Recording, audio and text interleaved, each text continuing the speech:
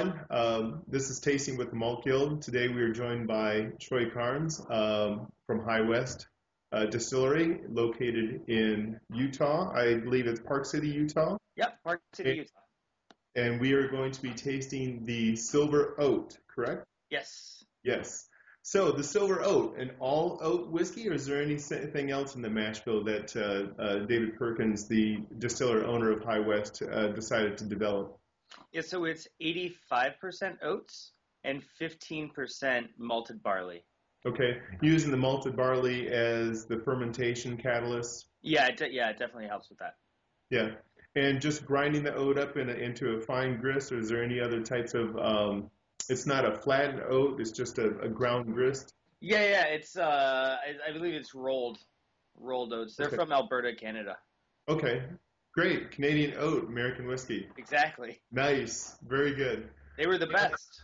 So yeah, and so what was the concept behind the oat? Something new? Something new. There aren't a ton of distilleries in the U.S. using oats. I'd say the most popular one besides us is Koval in Chicago. But oats have this really nice, delicate vanilla essence to them. They also they're not harsh, and so for a silver whiskey, it's a category that's small. I mean, it's growing now, but still pretty small. And there's a lot of white whiskeys on the market that aren't quite that good. A lot of them are overproofed. They're like 120 proof or something, and a lot of people don't really know what to do with those. And so we wanted to make something that was really approachable for people and to get them into a new category. And oats really lend themselves to that because they're soft, delicate, smooth, pretty creamy. And so oats came first. Now, let's explain to the Malt Guild members out there when they're doing a tasting with you. We're talking about a white whiskey versus new maker or a new spirit. Sure. Let's go into a little bit about that whiskey aspect and being clear, not brown, versus something that has not touched wood. Sure. We can't really call something that hasn't touched wood, meaning been in a barrel of some sort for some duration whiskey, correct? Sure. Yeah, exactly right. So, for people who haven't seen a white whiskey or people who are new to the category, I always explain it in terms of tequila, right? Because everybody understands there's Blanco tequila and Añejo tequila, but they always think of whiskey as the Añejo version, right? Because it's aged in oak, so it turns brown. But the Blanco, no oak, and so basically everything that comes out of the still is clear. And so for this, we get to call it whiskey because it did touch a barrel, but it wasn't there for very long. Originally we used to barrel age for 5 minutes. Basically, we had an empty Chardonnay barrel that we had rinsed out a bunch of times to take all the flavor out, and it would take about 5 minutes to fill it up and empty it. But now we just have a barrel that we kind of just run it through. There's like a hose on both ends.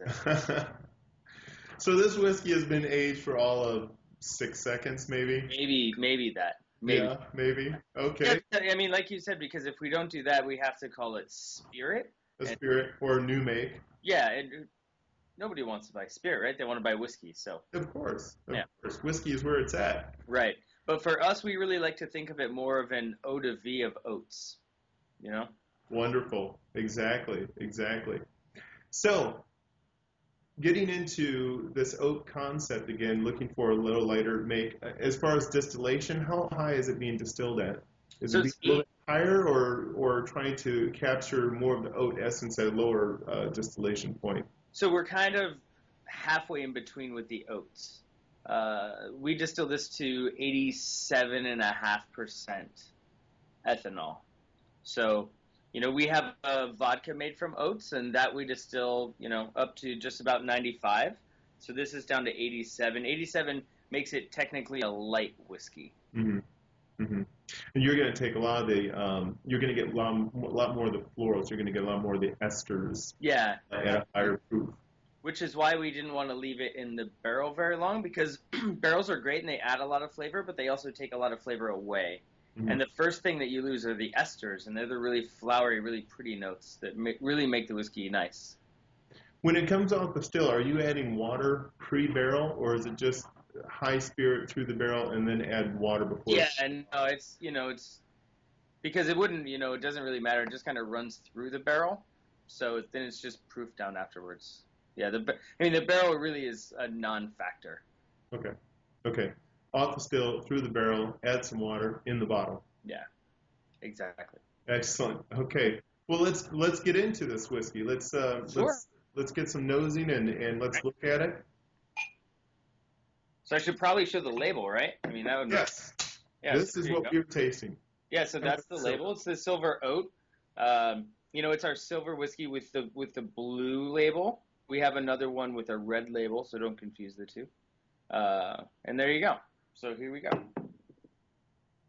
So it's obviously clear, right? No. yes. Nosing. Yeah, and so the nose on this is really delicate, Mhm. very perfumey, and to me it's really creamy. You do get that vanilla quality, and also for me it's a lot of banana. The banana is from the yeast. It's a very tropical yeast. So to me it's kind of like, like saltwater taffy almost, like banana saltwater taffy. But Yeah. you do get some berries. You get some blueberries in it, and I get a lot of people who tell me that it smells or reminds them of either tequila or pisco or sochu, or they basically, it seems what they do is they reach for another white spirit and they To, say, oh, it reminds me of that. to benchmark it somehow. Yeah, because they haven't seen a white whiskey, and probably not an oat whiskey at that, so they kind of look where to put it on the spectrum, and so it goes all like that. And so it's, they reach for certain things, and they're like, it's not quite like that because it's its own thing, But Yeah, of course. yeah, I think the nose is wonderful. It opens up. It's very nice. Letting it almost like a wine in some regard. You let it breathe a little bit, and you get just even more of the light elements in this. right, absolutely, absolutely. And so that's what we were really going for, something just pretty. And we like to talk about this as being the Grace Kelly of our lineup Mhm. because it's beautiful and everybody likes it. Very nice. And it's not overly heavy whiskey either. I mean, someone who's not used to No, or who may not enjoy a real oaky or a heavier older whiskey, this is something definitely for them. This is something they can get into. In almost respect, it's a good introductory product. absolutely, absolutely. All right, so should we taste it? We should drink it. Yeah. Mmm. Mm. Same thing in the nose you get on the palate. Yeah, for me, I get a lot more of the blueberry and then even some coconut coming through Hmm. on the palate, which to me are kind of in the background of the nose.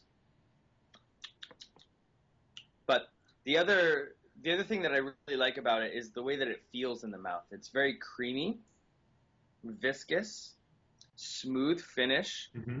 um, but the finish goes for a long ways. That's why I was mentioning with that higher alcohol. Well, it's down to So we do 80 proof. yeah 80 proof. It's 40%. So I mean, when you bring that down, um, I'm really actually surprised because you are talking about a longer finish. I'm really actually surprised for how much water that has been added to bring down the proof that you actually get it. But it really stands. It still stands out. It Hmm. still stands on its own legs in this. Yes, I agree. Yeah, and so we don't do any chill filtering or carbon treatment. So leaving all those oils in really helps the long finish smooth. I mean, right? Oils kind of coat your tongue, and they kind of make the whiskey a little cloying, right? So the finish draws itself out, which is really nice. Yeah.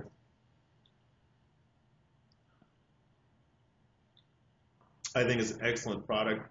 Excellent Thank you. product. A good offering for especially the beginning whiskey drinkers. And mind you, like we mentioned before, with the groups out there, um, this is not a new make. This is not I mean, it is, but it isn't. I mean, with some of the new makes, like you mentioned before, at a higher proof, you get so much of the raw material, whether it be a new make bourbon or a new make American whiskey per se, with the corn and rye and wheat, where you get so much of the corn um, robustness, sweetness as well. The oat does play with that softer, mellower grain, and great introductory whiskey for a lot of folks. And I can see many of the female members of the Malt Guild too. Oh yeah. I see this definitely with someone who may not like a real heavy whiskey.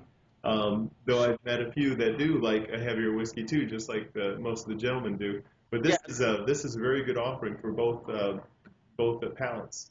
Thank you. And the other thing that I like about this is this will end up being the first distillate that we made ourselves to be aged and sold. So, we're waiting 4 years to age it.